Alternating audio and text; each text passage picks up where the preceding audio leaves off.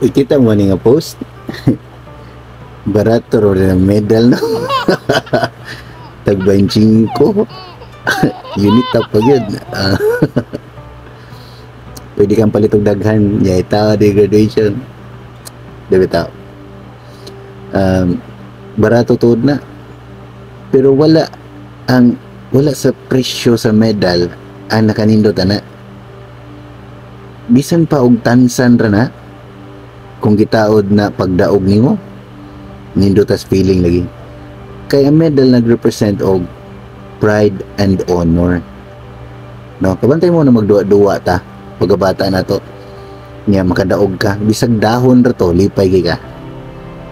Kay ang symbol sa medal is na kinabuhat nga wa nabuhat sa uban. Ang symbol sa medal is achiever ka, winner ka. No, dili ka ordinaryo, lahi ka.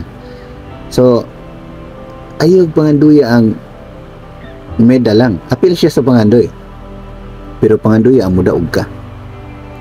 Panganduya nga mo excel ka. Kay mo abot nag-apil. Ang medal, kuyog ra na. Mawitaw barato na. Mas barato pa ang certificate, papel ra to. Pero ang importante ato gani kay ang pirma. No, so bisan pag barato ra na. Suwig palit og daghan, nga isulob, di ba? Way lami.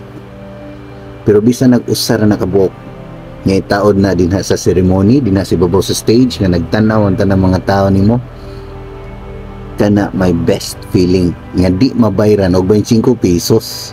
No, labi na nga nagtaod na person in authority.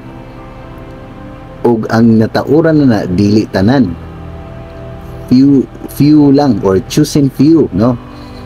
So meaning, bisan pag tag 25 ra na, pagtaod sa imo na gamay ra mo na kadawatan na kay gihatag na during a ceremony, a special ceremony like championship baron nya ikaw ang winner. Wow, kung graduation ba na ikaw ang top, dili na mabuhat sa tanan. Bisag ikaw kabalo ka nga ang gitauran na din na sa stage, dili sa niyang giagian.